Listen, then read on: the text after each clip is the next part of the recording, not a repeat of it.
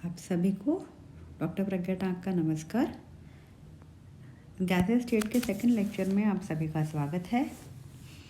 पिछले लेक्चर में हमने गैसों के अणुगति सिद्धांत अर्थात काइनेटिक थ्योरी ऑफ गैसेस और उनके पोस्टुलेट्स, उनके अभिग्रहितों के बारे में अध्ययन किया था।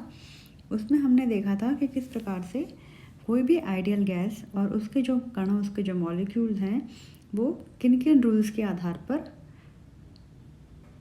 हम कंसिडर करते हैं कि किस तरह से जो गैस के जो कण हैं वो सूक्ष्म कणों के बने हुए होते हैं, किस प्रकार से गतिमान अवस्था में रहते हैं, किस प्रकार से टक्करें होती हैं, किस प्रकार से उनमें कोई आकर्षण और प्रतिकर्षण बल नहीं होता है इत्यादि। इसी संदर्भ में आगे बढ़ते हुए आज हम लोग काइनेटिक इक्वेशन फॉर गैसेस को हम डिराइव करेंगे, अर्थात गैसों के अनुगति समीकरण का डेरिवेशन आज हम देखेंगे। तो आगे बढ़ते हैं। हम सबसे पहले ये सपोज करते हैं कि हमने जिस भी गैस को हमें स्टडी करना है, जिसका अध्ययन करना है, उसे हमने एक घन आकार के बॉक्स में भरा है। घन आकार से यहाँ हम समझ सकते हैं कि उसकी तीनों भुजाओं की जो लंबाई है, एक्स डायरेक्शन में, वाई डायरेक्शन में और जेड डायरेक्शन में, तीनों में भुजाओं की जो लंबाई है वो एक समान है। और हमने ये माना कि बॉक्स की एक भुजा की लंबाई L सेंटीमीटर है। अब गैस में विद्यमान जो गैस हमने भरी है उस बॉक्स में, उसमें जितने भी कुल अणु हैं उनकी कुल संख्या n है और हर एक अणु का द्रव्यमान m ग्राम्स है। और अणुओं का, क्योंकि वो गतिमान अवस्था में है लगातार, इसलिए उनका माध्य वेग हमने, उनका जो एवरेज वेलोसिटी है उसको हमने Vx सेंटीमीटर्स पर सेकेंड का मान रखा है। अब हम ये मानते हैं कि क्योंकि ये गैस के जो कण हैं वो लगातार गतिमान अवस्था में हैं, इन सभी को एक साथ स्टडी करना पॉसिबल नहीं है। तो हम एक बार में सिर्फ एक ही मॉलिक्यूल, सिर्फ एक अणु को हम स्टडी करेंगे और फिर हम जो भी हमारे पास में रिजल्ट आता है उसको हम पूरे n मॉलिक्यूल्स के लिए जनरलाइज कर देंगे। तो हम सबसे पहले एक अणु का ही अध्ययन करते हैं और हम ये कहते हैं कि ये एक अणु इस घनाकार बॉक्स में, जिस भी बॉक्स में आपने भरा है वो क्यूब फॉर्म में है, अर्थात उसके 6 फेजेज हैं, 6 फेजेज हैं। और हम कोई भी 2 फेज आमने सामने के लेते हैं। हमने माना वो A और B हैं आमने सामने, उनकी दीवार पर लगातार A और B के साथ टकराता जा रहा है। क्योंकि पिछले पोस्टुलेट में हम पढ़ चुके हैं कि कोई भी टक्कर एक आइडियल गैस में अगर होती है, चाहे वो कणों की आपस में हो, चाहे वो दीवारों के साथ हो, वो पूर्णतया प्रत्यास्थ होती है। अतः दीवार A के साथ टकराने से पहले और टकराने के बाद अभी हम क्या ले रहे हैं, सिर्फ एक अणु जो कि A के साथ में टक्कर कर रहा है, उसके टक्कर करने से पहले और टक्कर करने के बाद में, क्योंकि टक्कर पूर्णतया प्रत्यास्थ है इसलिए उसका वेग में कोई परिवर्तन नहीं रहेगा, वेग वही रहेगा। परिवर्तन कहाँ आएगा, सिर्फ उसकी दिशा में, तो उसकी दिशा विपरीत हो जाती है। अर्थात हम जब इसके संवेग का परिकलन करते हैं, जब हम इसका मोमेंटम कैलकुलेट करते हैं, तो हम ये कहते हैं कि दीवार A पर एक अणु के द्वारा टक्कर मारने से पूर्व का संवेग mvx है, और क्योंकि टक्कर के पश्चात उसकी सिर्फ दिशा में परिवर्तन आता है, इसलिए टक्कर मारने के बाद का संवेग माइनस mvx, माइनस इसलिए लगाया क्योंकि सिर्फ दिशा उसकी विपरीत हुई है। तो उस दिशा का हमने जो इसको समझाया है वो सिर्फ इसका साइन नोटेशन चेंज करके समझाया है। और प्रत्येक टक्कर में संवेग भी का परिवर्तन होता है final momentum minus before collision और आफ्टर कोलिजन के बीच का जो डिफरेंस होता है, उसके आधार पर हमने कहा mvx minus mvx will be equal to 2mvx। तो A और B के बीच की दूरी L सेंटीमीटर है। अर्थात एक टक्कर के बाद दूसरे टक्कर लगाने के लिए उसी पॉइंट पर अणु को कितनी दूरी तय करनी पड़ेगी, पहले A से B पे जाएगा, B से वापस A पे उसी पॉइंट पर आएगा, तो कितनी दूरी तय हुई, क्योंकि भुजा की जो लंबाई है वो L है, इसलिए 2L दूरी तय करनी पड़ेगी। और क्योंकि इसका वेग Vx सेंटीमीटर पर सेकंड है, अर्थात Vx सेंटीमीटर दूरी को 1 सेकंड में तय करता है, अर्थात 2L दूरी को तय करने में इसका 2L/Vx सेकंड्स का समय लगेगा। इसके लिए हमने कौन सा इक्वेशन काम में लिया है? इसको कैलकुलेट करने के लिए हमने कहा है स्पीड की जो इक्वेशन होती है velocity is equal to distance upon time.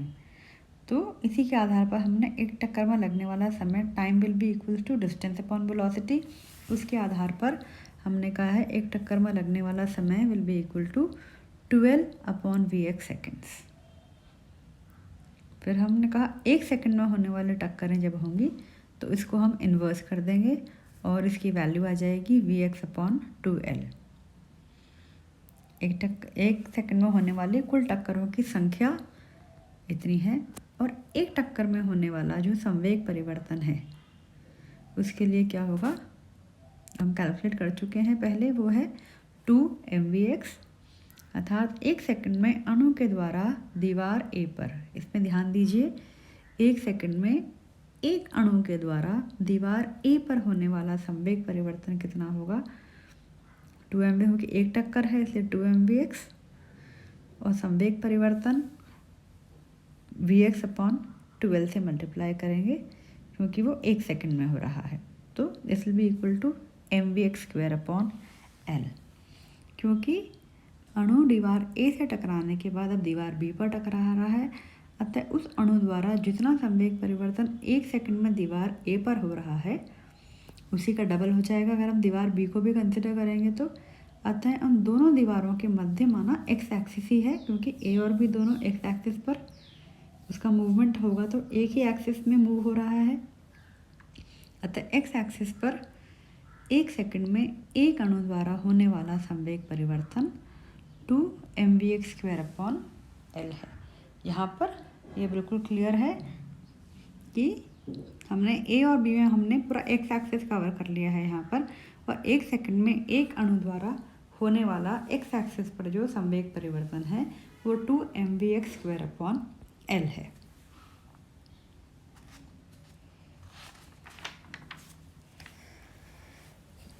इसी तरह हम इसको पूरे बॉक्स के लिए हम जनरलाइज कर देते हैं, तो हम कहते हैं जैसे A और B आमने सामने x एक्सिस पर थे, ऐसे ही y एक्सिस पे जो आमने सामने जो दो फेसेस हैं, और ऐसे ही z एक्सिस पर, ऐसे ही तीनों अक्षों पर कुल मिला के 6 दीवारें हैं।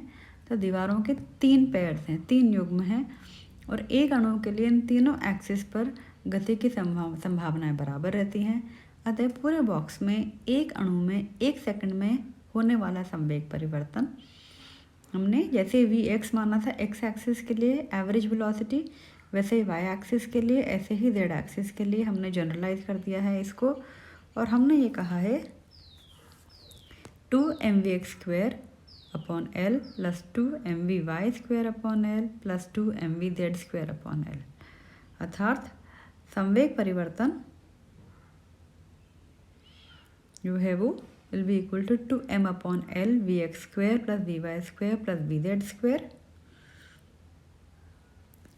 और अगर हम पूरी वेलोसिटी को ऐड कर लेते हैं तीनों एक्सिस की, तो पूरे बॉक्स में होने वाली जो एवरेज वेलोसिटी है उसको हम कहते हैं vx square plus vy square vz square. अगर हम इन तीनों वेलोसिटीज़ को ऐड कर लेते हैं तो जो एवरेज वेलोसिटी आती है पूरे बॉक्स की उसको हम v स्क्वायर मानते हैं।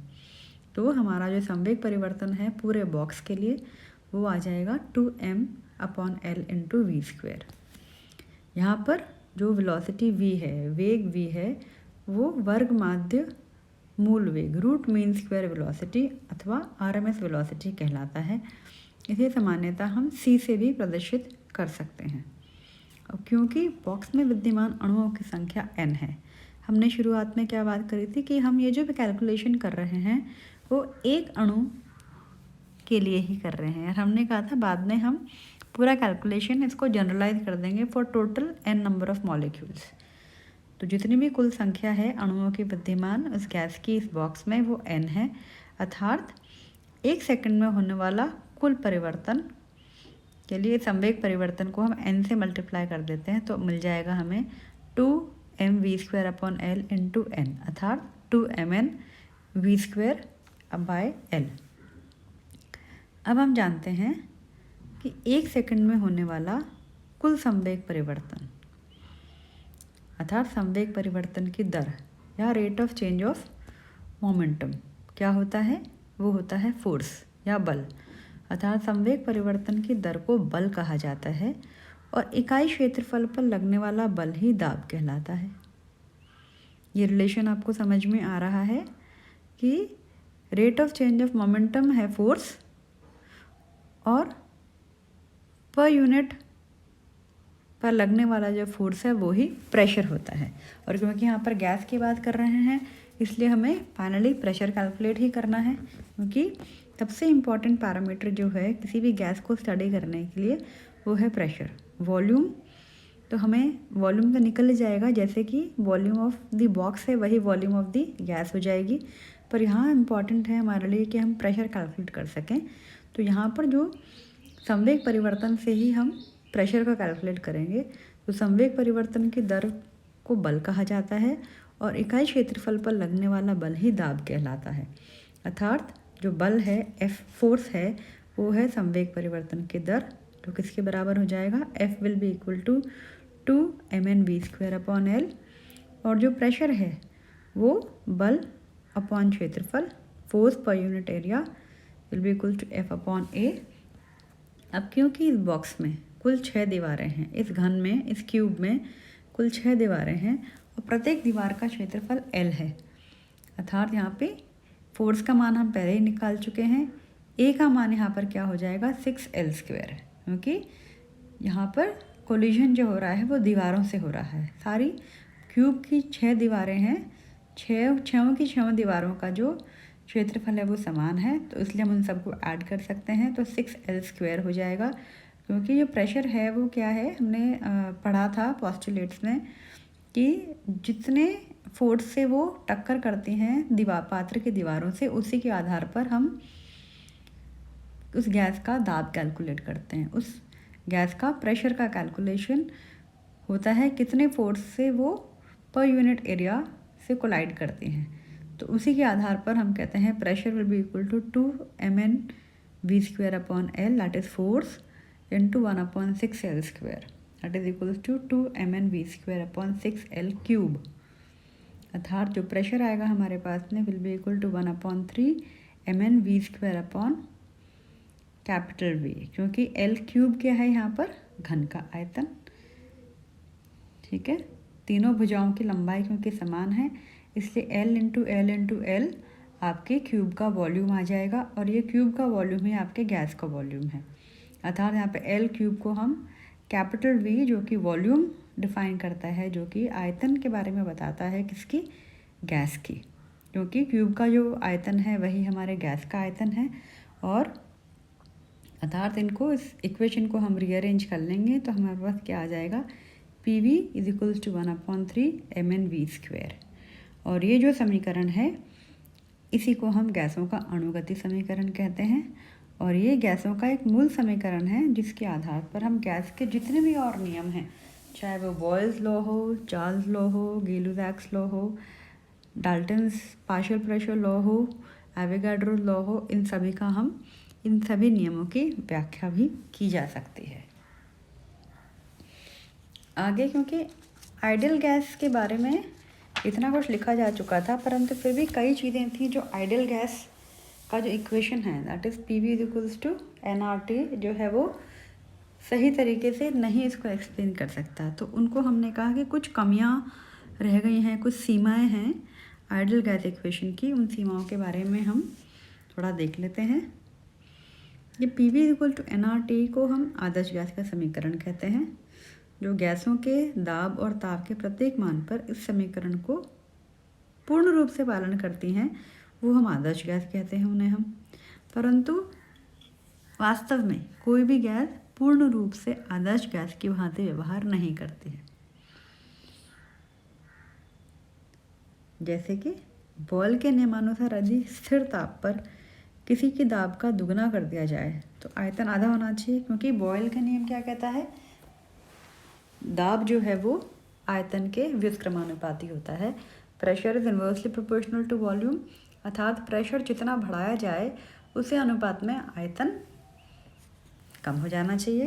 कि प्रेशर को अगर हम डबल करते हैं तो वॉल्यूम आधा हो जाना चाहिए, प्रेशर को 4 टाइम्स करते हैं तो वॉल्यूम 1/4 हो जाना चाहिए।